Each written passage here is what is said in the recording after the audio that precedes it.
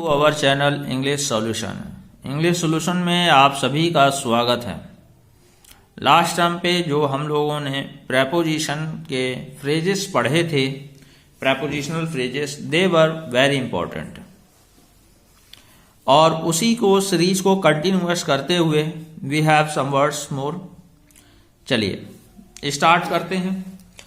पहला ही हमारा लिखा हुआ है इन प्रोस्पेक्ट ऑफ। तो प्रोस्पेक्ट करना मतलब ही है संभावना, तो मतलब ही हो जाता है कि आशा में। नेक्स्ट है इन क्वेस्ट ऑफ या इन परसुएंस ऑफ, मतलब कि के दौरान।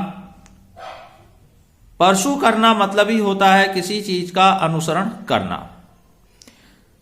थर्ड में इन स्पाइट ऑफ, मतलब के बावजूद। ध्यान रहे डेस्पाइट और इन स्पाइट में डिफरेंस ये है कि डेस्पाइट के बाद ऑफ का प्रयोग नहीं होता है और इन स्पाइट के बाद ऑफ का प्रयोग होता है। ग्रामेटिकल एरर में बहुत एग्जांपल्स मिलेंगे आपको।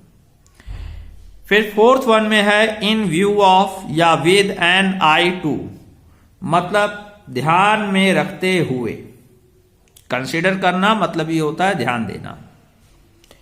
फिफ्थ वन है इन केस ऑफ या इन द इवेंट ऑफ, मतलब की दशा में, की स्थिति में। ओके, सिचुएशन मतलब ही होता है स्थिति। चलिए और पढ़ते हैं। फिर 6 नंबर पे वर्ड आया हुआ है इन the guise of, in the garb. ये गार्ब मतलब भी पोशाक होता है और गाइस मतलब होता है वेश, यानी कि इन दोनों का अर्थ है के रूप में। क्लियर है?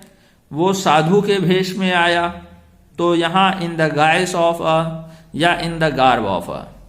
ठीक है। 7 नंबर में वर्ड है इन प्रपोर्शन टू। तो प्रपोर्शन मतलब ही होता है अनुपात, तो इसका जो मीनिंग निकलेगा वो अनुपात में, के अनुपात में। In proportion to something we are doing, के अनुपात में हम ये काम करने जा रहे हैं। फिर लिखा in the name of.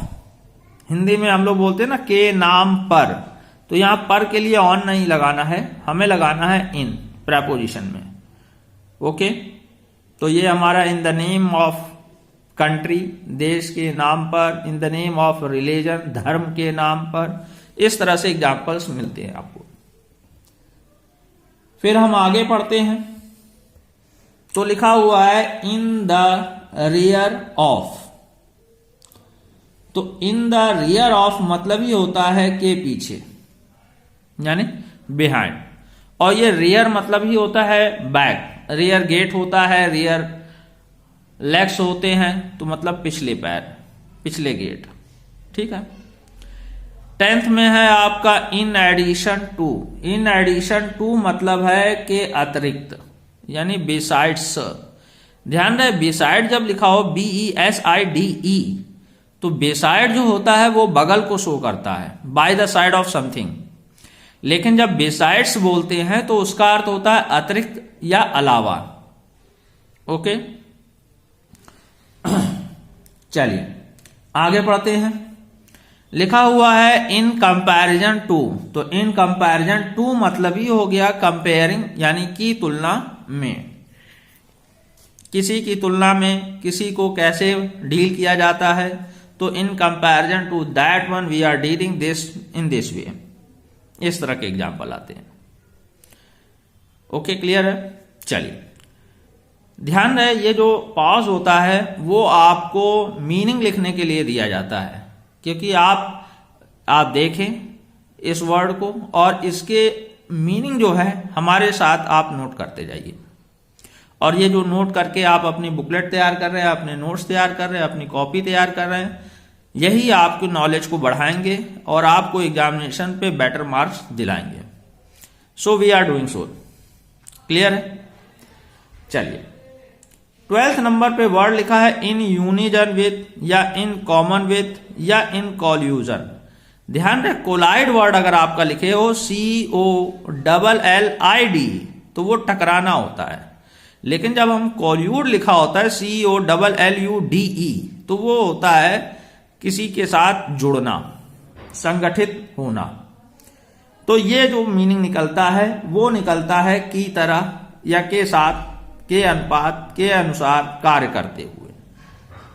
Okay, चलिए गोइंग फर्दर। फिर 13 नंबर पे लिखा है इन कॉन्सिक्वेंस विद, मतलब के परिणाम स्वरूप। ये as a result something we got it, तो हमें उसके परिणाम स्वरूप मिला, तो in the consequence with this one. फिर अगला है इन कोर्स ऑफ, मतलब ही होता है ड्यूरिंग, के दौरान। फिर नेक्स्ट वर्ड है आपका इन द वेक ऑफ, तो वेक ऑफ मतलब ही होता है प्रारंभ। तो यहां पे एक मीनिंग निकाला जाएगा in the background of something, यानी के आधार पर या के पीछे ऐसा कार्य होना। क्लियर।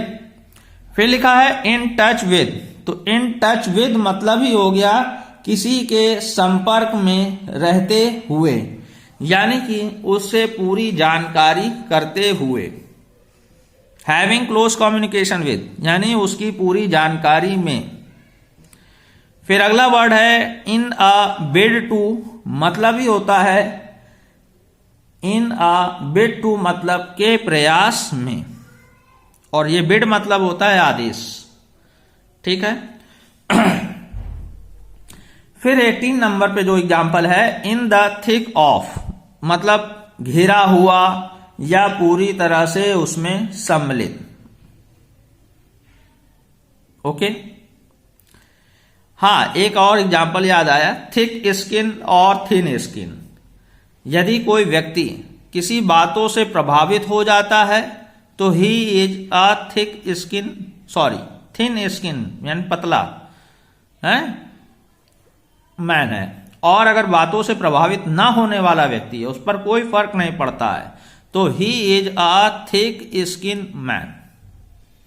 ठीक है, ये दो आपके फ्रेज है, और भी इस तरह से एग्जाम्पल्स हैं, आपको जब आएगा कराते जाएंगे हम। फिर नेक्स्ट एग्जाम्पल में हमारा लिखा है ऑन द ब्रिंक ऑफ, या ऑन द वर्ज ऑफ, या एट द थ्रेशहोल्ड ऑफ, या ऑन द पॉइंट ऑफ। मतलब हिंदी थोड़ा आप ध्यान दें तो इसका अर्थ होता है कि कगार पर, यानी भूखमरी की कगार पर, बर्बादी की कगार पर, विजय की कगार पर। तो on the brink of something, brink मतलब भी किनारा, वर्ज मतलब भी किनारा, और थ्रेश होल्ड का मतलब होता है दहलीज। और दहलीज यानी कि किसी घर का अंतिम पार्ट होता है। इनसाइड घर, आउटसाइड वर्ल्ड, बिल्कुल यानी कि उसका आपका कॉर्नर पॉइंट है। ठीक है, तो इसका अर्थ होता है कि कगार पर। ये हिंदी वर्ड में बड़ा इस्तेमाल किया जाता है। फिर नेक्स्ट वर्ड है on the eve of. On the eve of मतलब ये होता है कि अवसर पर।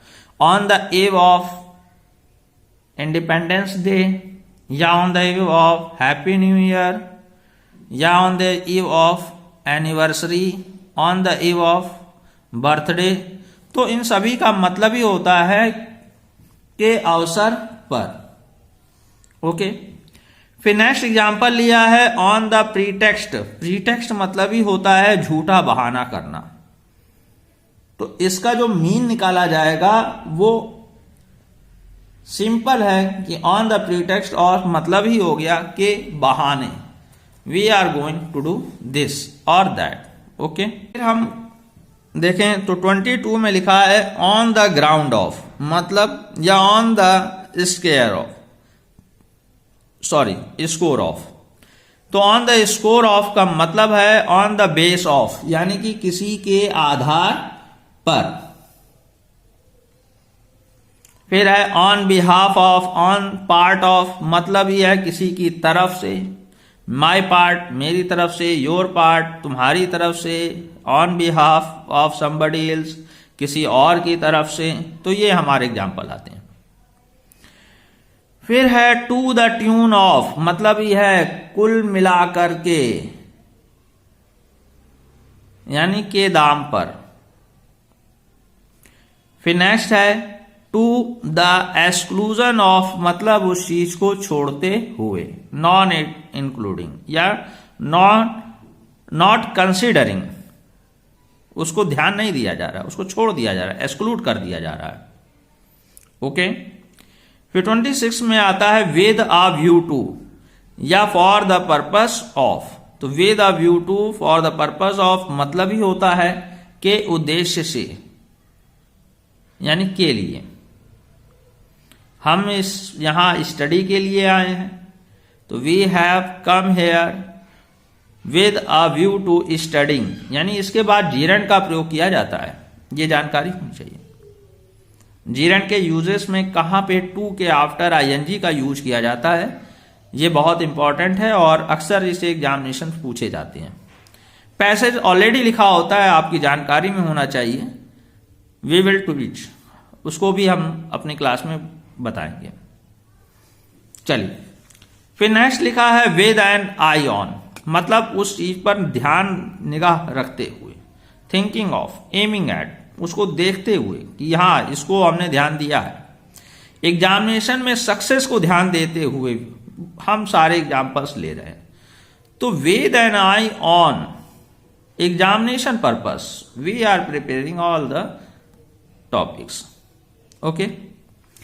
फिर अगला एग्जाम्पल हो गया अंडर द नेम ऑफ, मतलब हो गया के नाम पर।